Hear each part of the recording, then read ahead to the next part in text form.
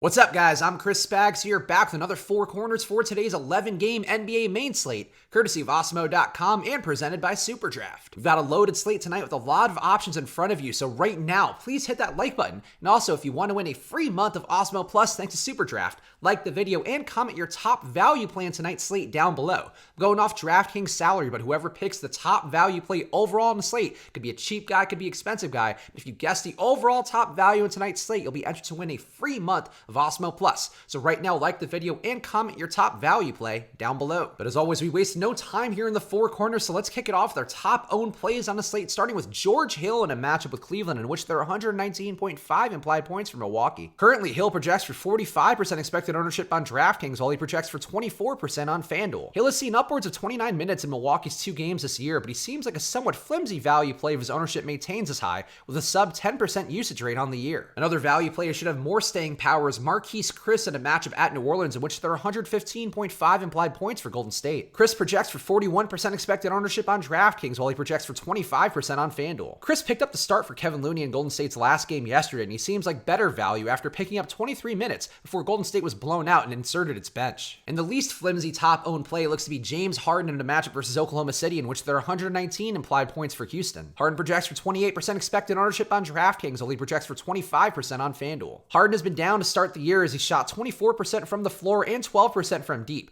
but he remains a strong play at his price point with a 36.4% usage rate and a high likelihood of positive regression on his 21 attempts per game. Now into some of the other top value plays on the slate, and let's start with Omari Spellman in the matchup at New Orleans, in which there are again 115.5 implied points for Golden State. Spellman is an interesting pivot to the higher owned Marquise Chris with less secure minutes, but a low price and solid per minute numbers on the year on his new team. And a guy who should be assured some minutes is Elfrid Payton in a matchup versus Chicago, in which there are 111.3 implied points for the Knicks. Payton moved into a starting role for the Knicks, and while David Fizdale's rotations can be dicey, Payton is likely too cheap as a 1.04 fantasy per minute player who should be assured court time with Dennis Smith out today. And then we have a popular recent value play with Nemanja Bjelica in a matchup versus Denver, in which there are 106.3 implied points for Sacramento. Bjelica has started for Marvin Bagley, and while he remains a risk to lose minutes to Bogdan Bogdanovic if things break poorly, he's a .97 fantasy point per minute player who lost minutes in a blowout last game, and he still has upside at his price point. And now let's talk about some game stacks that look appealing to me, and start with Chicago in a matchup at the Knicks, in which there are 223.5 combined points. Both teams have played with solid pace and not great defensive efficiency so far this year, with decent values for the Knicks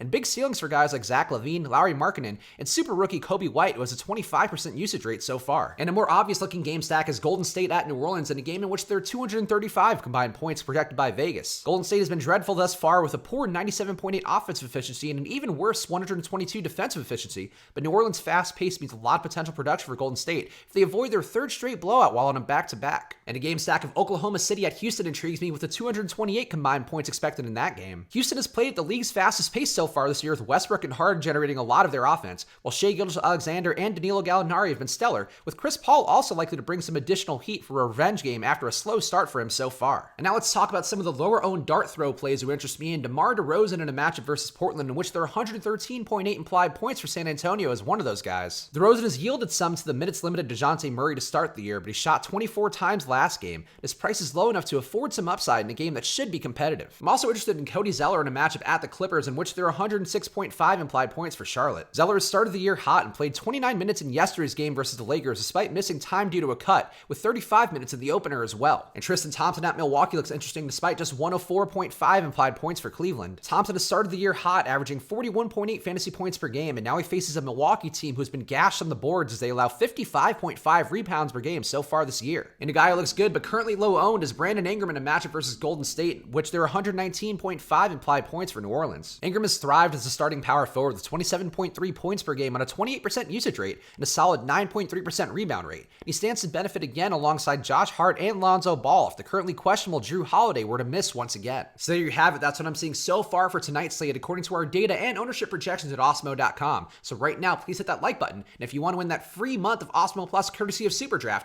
like this video and comment your top value play on tonight's slate down below. On Friday's Four Corners, we had a bunch of guys who guessed the top overall value play correctly, but this guy right here is the winner. Our boy Shea WT with Frank Kaminsky is the winner. So Shea, email me at chris@osmo.com to collect your prize. For everybody else out there, if you want to win your free month of Osmo Plus courtesy of Superdraft, like this video and comment your top value play for tonight down below. And of course, go check out superdraft.com right now and use the promo code OSMO to get $20 free on any deposit of $100 or more. you get that money right away, so there's no slow release. So go check that out because that's a great way to build your bankroll. They also have tournaments, a lot of overlay, and their multiplier contest allows you to build lineups without even thinking about salary. So go to superdraft.com right now and support them because they are the ones who help us put on the four corners every single day. And if you want the player projections right from Osmo himself, as well as ownership projections, use this promo code SWITCHANDHEDGE at osmo.com/join. You can also find packages as low as $3.95 a week on there. So go to osmo.com/join right now and find a package that works for you. Go follow me on Twitter and Instagram at Chris Spags. I've got 7 days a week of DFS content as well as my own personal content, including my podcast that comes out on the weekends. So check out what I'm doing right now on Twitter and Instagram at Chris Spags. I'll be back later today on our Live Before Lock show with my pal, the Chubster, Josh Engelman, so tune in then. Of course, I'll be back with you guys again tomorrow for another Four Corners. So thank you guys for watching, and good luck.